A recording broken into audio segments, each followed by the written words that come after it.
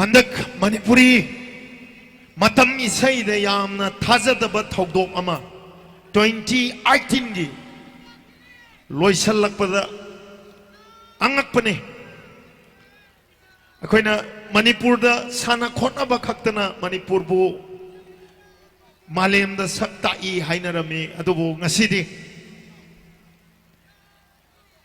tongan ba national gi platform singda international level da miyamna akiba faunaraba isaigi sangdamnaba kayada yamna thajadaba akoi isamakna thajaba faudaba akiba fauba angakpa masek manganga loinana malemgi miyamna sakna swanaba saisakpi leitaba natti habase mahakna proof tawre ngasidi akoi loinamaki sauthok safam oiba misak ama oire Manipuri matam isaigi manini thongna phabi maitai sanu ni mahakti akoni yamna ikai khumna bu jari yamna nungai yamna proud feel tawjariba isaigi community da work tawjariba khoina thabak tawjariba khoina mangwanda matam punamakta salute tawduna lehoraga dabi saisak piduni yamna tangma moment ni maramdi sare gama dagi halaga khoina akoigi Manipur gi lehaugda hanagum mangna stage matam sang uraga su yamna special loiba moment namani ngasiji haidna thamjage mado atai krasnate cs nanaraden haunang da laurune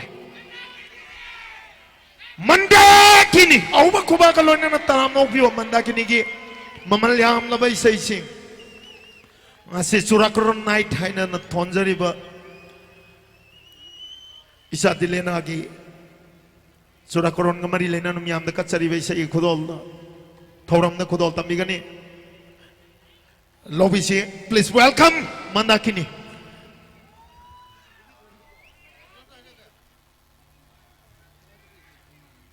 auba kubang na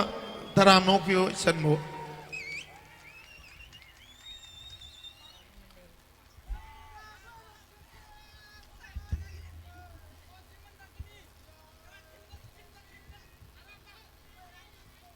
Thagachari hegi nungsizraba yamba Boni Sharma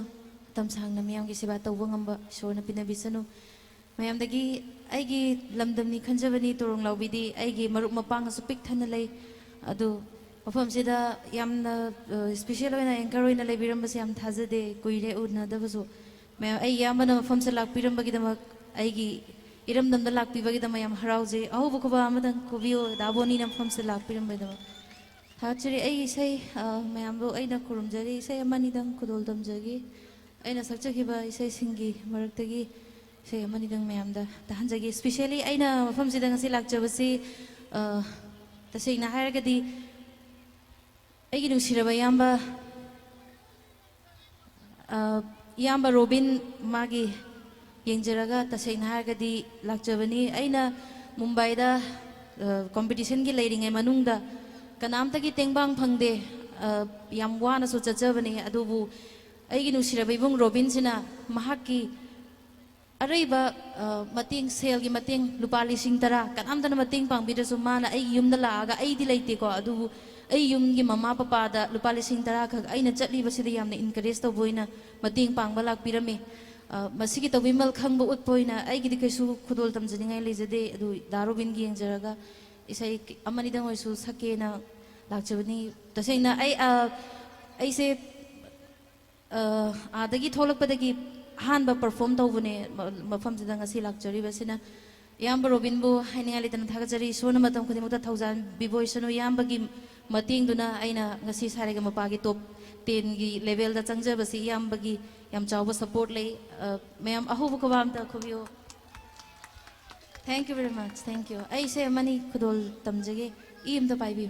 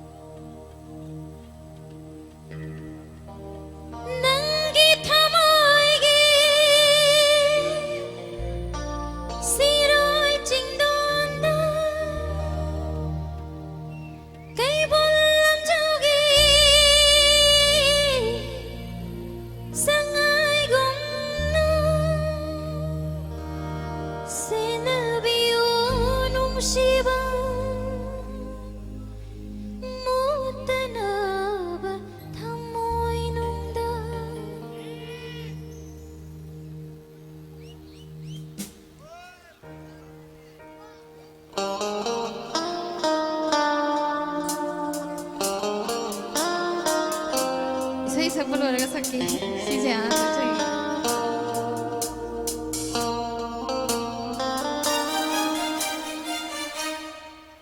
나이스 탁기나 탐방곰 사적이 농도 렉디야기나 타주고 만적이 나이스 탁기나 탐방곰 사적이 농도 렉디야기나 타주고 만적이 난기 학장기 비타와요 이적이 애기 누시바나 난기 누시바나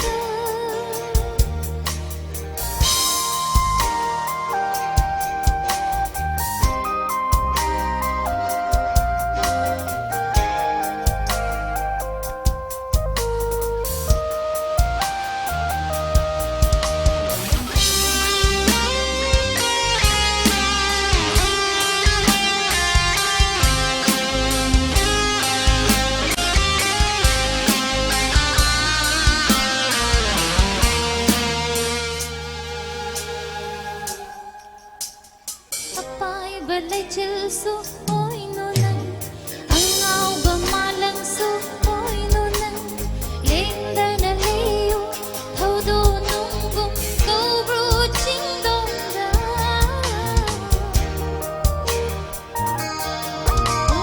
apai balay chilso oi no nang ang ngao ba malang so oi no nang lengda na leo thâu do nung gum Dobro chingdonda ban kai letra nong dolatiani ai gi thamoy dan shiva ban kai letra nong dolatiani ai gi thamoy dan shiva lai za thakki na thambal gom sachagi nong dolatiani na thachagi manjagi lai za thakki na thambal gom sachagi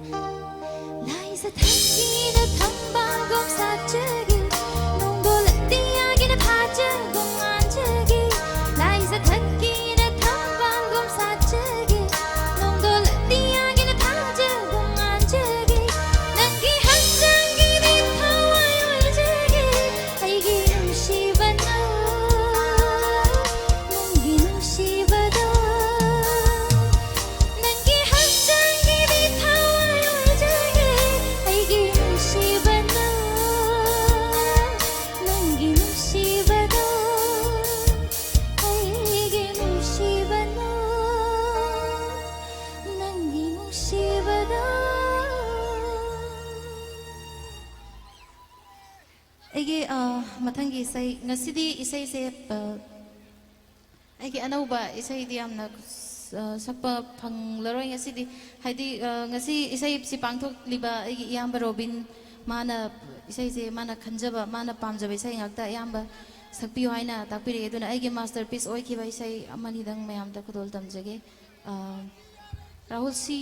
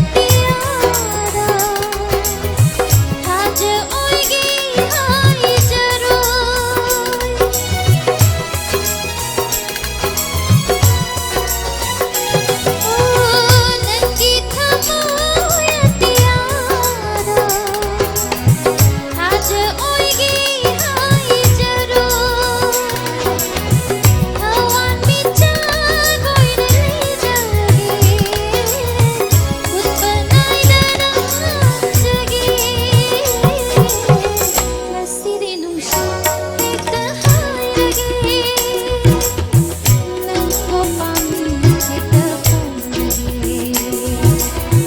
nangko nusi kita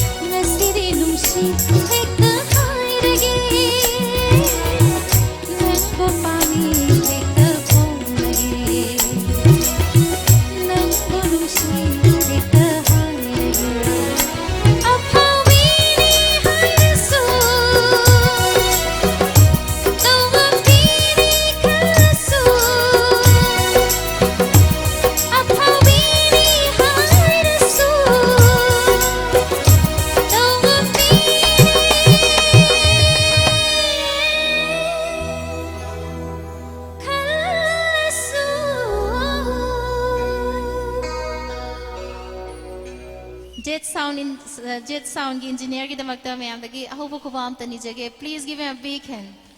Thank you very much. थागत चरे अइगे अरोइबा इसे मतंगा खुदल दम जगह अरोइबा इसे से 2011 द्वाइदा ओइरमनी इना सक्चखि बसे मरोइना आइना ngasi musician blue band na khongma mafam da yamba aina pamjana sakchaba isai ni sina aigi aroiba isai oina khudol tamjage khara langba isai ni mayam da khudol tamjage thamni se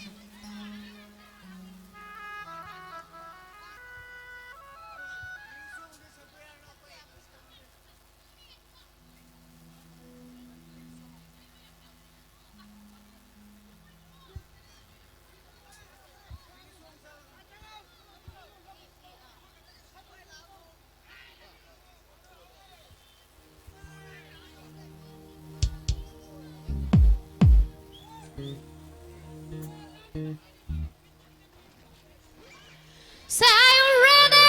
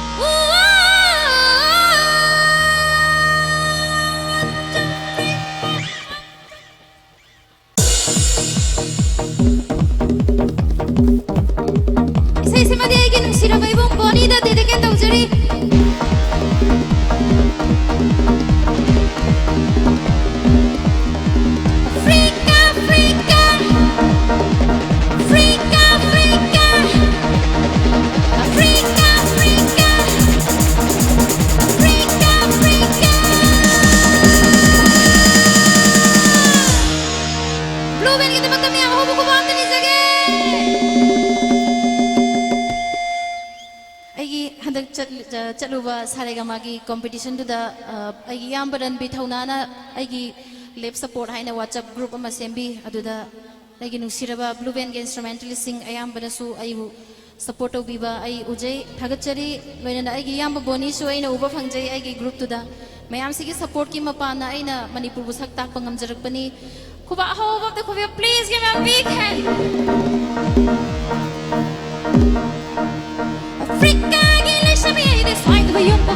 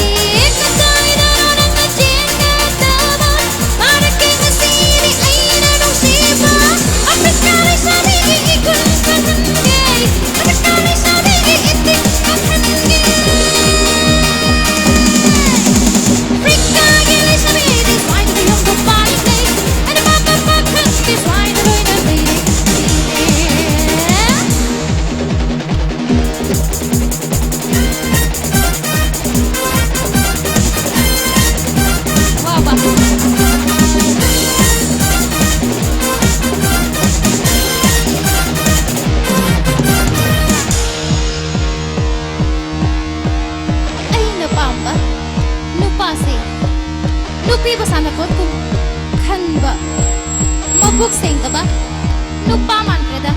ako'y trong lawi na di mabuksing na mapakang late na bro. Thank you so much. Ay napapa nupa say na pino sana papukan nupa mabuksing na manupa buman kreda mabuksing na mako'y ramdali ating matantagin matway hekta lupa kaya matway hekta lupa next in line of pima and panupa Africa ni sabi ki ikon kang agay next in line of pima and panupa Africa ni sabi ki itik kang agay Shamina mina waka waka Shamina mina sa Just stand for Trong Lawi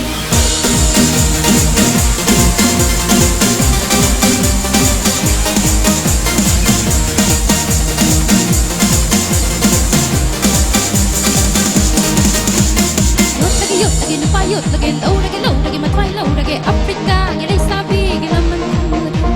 sai lagi nupa sai lagi tatat lagi Africa ngi sabi ngi laman Africa ngi sabi lagi Africa ngi sabi ngi sakti ut lagi Africa ngi sabi ngi laman lagi Africa Africa Africa Africa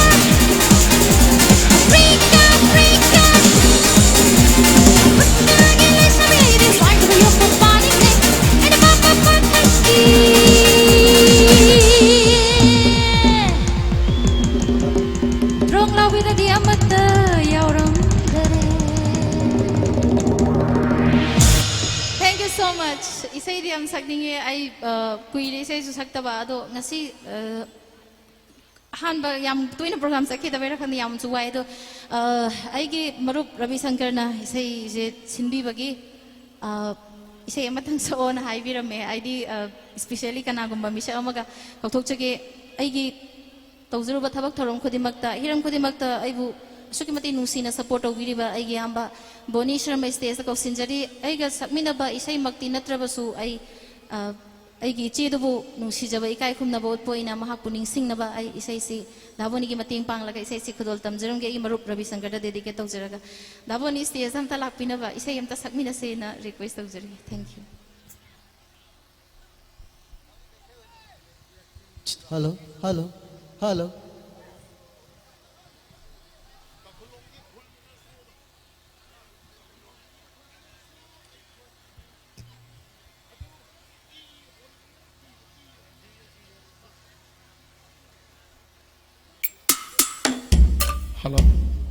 Aidi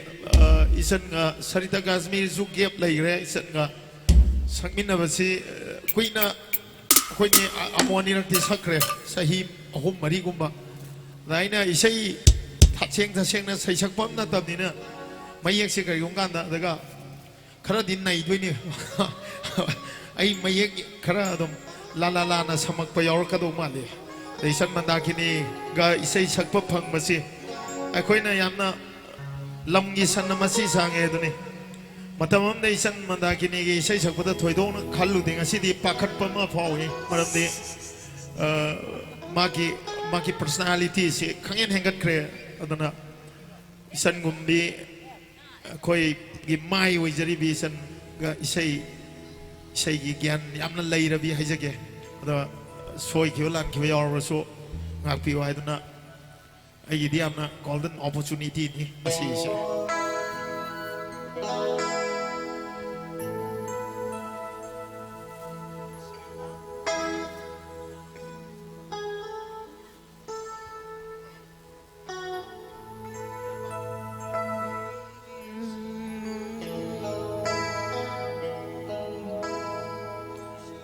sinang bu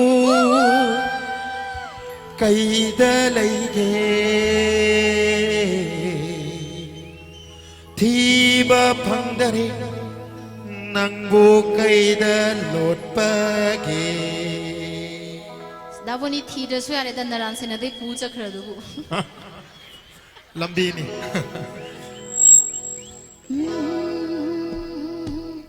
kakalungi kunde su ai kai nei nei kakalungi kunde su ai kai nei nei kakalungi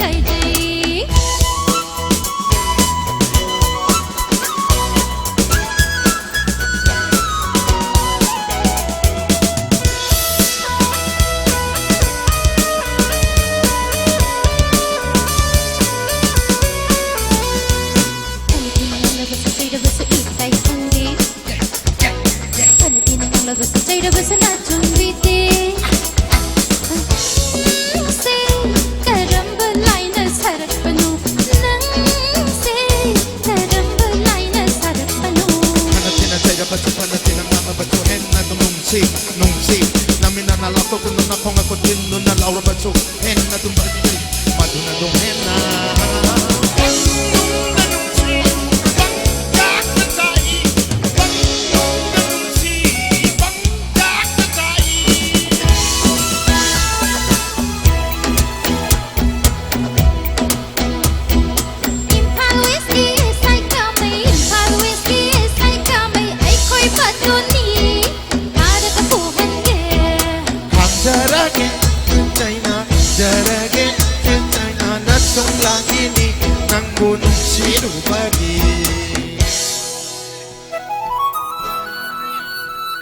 Này để tao có đi nè.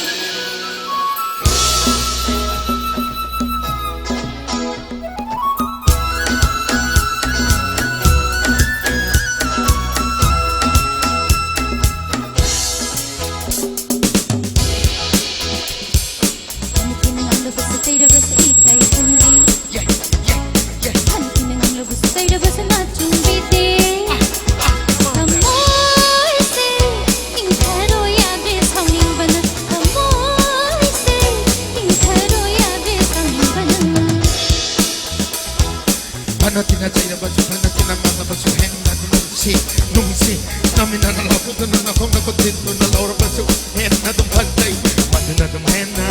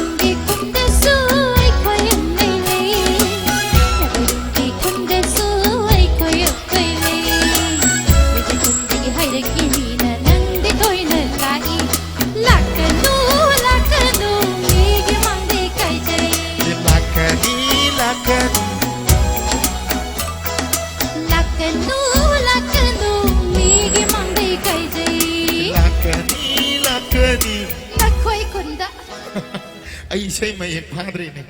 Thank you. say isan ga ai pharam mage aduga aina tinmiru khai pumna mangtai sal leizering aida nengsing jaba mana mandakini sare gama dagi akhoi sare gama dagi out oiba natri wild card haidana akoina amakhak leiri masigi chance myamna nungsibi bada leire maki support tobi bada leire aduna mafam asida miyeng tabiri basingna aduga khoi pumna mangna पुनमकी attention नमक पुनिंग सिंगसन जब high जब तारे संगीत मक्ता GTV की page तो संबी रगा करी गुम्बा मैसिंग समतंग मंदाकिनी की सपोर्ट इवियो GTV की पेज तो संग गमा पोस्ट इवियो अदु इतार गदी करी गुम्बा सपोर्ट अमा फंग गदी हेना इसन की हनक सिगी चांस कोई ना chance never come twice high दना इसन की चांस ममांगा निंजा दबा अदना तिनबी को खाय पुनम मंग नाइसन बो मखाता ना सपोर्ट तो व्यू है वो फम थमजरी आउ कुआम तंग इसन की दमक तन निजगे सिदा दाबोनी ना हाईबी सिदा सप्लीमेंट तो जबोइना तसिंगना ऐसे तसिंगना विनर दी तसिंगना आई ओइबदी हम पामे अदु ओइफम सु थोकपने असेंबदी अदु दले होरिबा कॉन्टेस्ट दे नुपी मैम दो आइना तसिंगना चैलेंज तो मोइदी आइना कीबम ते यावदे आई सिंगना हारबदा अदुबु ख्वाइदगी आइना नुंगाइतबसे अपिकपा स्टेट ता पोउबगी लाइबक थीबा हाबसे सुमाइना चेक चेक्सिला कांदा अपिकपा स्टेट ता पोउबदगी सिंगना मोइना खुदोंग जाबदी खरा लौई मदुमंगना आइसे एलिमिनेट तौबनी अदुबु आइना मोइदो चाउथोकना हेरमे आइना ngasi top 10 गे लेवल दा मी लाख 94 ना पार्टिसिपेट तौरिबा कंपटीशन सिदा इसागी लोन सुनत्तबा मी गी मरोन सिदा आइना लाखलगा आयुगी मणिपुर बु आइना top 10 गे लेवल दा सक ताक पंगंबसे आइगी प्रजा मणिपुर की प्रजा नदि आइबु मखोगी थमोइदा इसे विनर नि खंदुना ओकनबगी ngairamganina aina hairame moigi GTV gi kanguda aduna dabonina haibibagumna wild card entry da moina aise kogani hai adubu ai chatlura chatkanora mayam gi comment pame adu Facebook te bio. Thank you very much. ꯃꯌꯥꯝꯅ support ꯇꯧꯕꯤꯕ ꯑꯍꯧꯕ ꯈꯨꯕꯥꯛ ꯑꯝꯇꯪ ꯆꯠꯂꯣ ꯍꯥꯏꯔꯤ ꯆꯠꯂꯣ ꯍꯥꯏꯔꯤ ꯊꯦꯡꯅꯈꯤꯒꯗꯕꯅꯤ ꯑꯩꯈꯣꯏ ꯏꯆꯟꯒꯤꯗꯃꯛꯇ ꯈ꯭ꯋꯥꯏ ꯄꯨꯝꯅꯃꯛꯅꯁꯨ ꯇꯥꯏꯕꯪ ꯁꯦꯝꯕ ꯃꯄꯨꯒꯤ ꯃꯐꯝꯗꯒꯤ ꯌꯥꯏꯐ ꯃꯪꯒꯣꯜ ꯅꯤꯕꯤꯌꯨ ꯋꯥꯏꯜ ꯀꯥꯔꯠ ꯑꯦꯟꯇ꯭ꯔꯤ ꯃꯁꯤ ꯑꯩꯈꯣꯏ ꯆꯥꯟꯁ ꯑꯃꯈꯛ ꯍꯥꯏꯖꯕ ꯇꯥꯔꯦ ꯌꯥꯝꯅ ꯊꯥꯒꯠꯆꯔꯤ ꯃꯟꯗꯥꯀꯤꯅꯤꯅ ꯂꯦꯡꯕꯤꯔꯛꯇꯅ ꯉꯁꯤꯒꯤ ꯆꯨꯔꯥꯀꯔꯟꯒ ꯃꯔꯤ ꯂꯩꯅꯅ ꯃꯤꯌꯥꯝꯗ ꯀꯠꯆꯕ ꯏꯁꯩꯒꯤ ꯑꯈꯟꯅꯕ ꯈꯨꯗꯣꯜꯗ ꯁꯔꯨꯛ ꯌꯥꯕꯤꯕ ꯃꯁꯤꯗꯒꯤ ꯍꯦꯟꯅ ꯃꯃꯜ ꯌꯥꯝꯕ ꯑꯃ ꯂꯩꯇ꯭ꯔꯦ ꯍꯥꯏꯕ ꯋꯥꯐꯝ ꯏꯃꯨꯡ ꯃꯅꯨꯡꯒꯤ ꯃꯍꯨꯠ ꯁꯤꯟꯖꯔꯒ ꯊꯝꯖꯔꯤ ꯀꯔꯤ ꯍꯣꯏ ꯂꯧꯐꯝꯒꯤꯗꯣ ꯑꯩ ꯇꯧꯔꯛꯑꯒꯦ ꯁꯣꯏꯗꯅ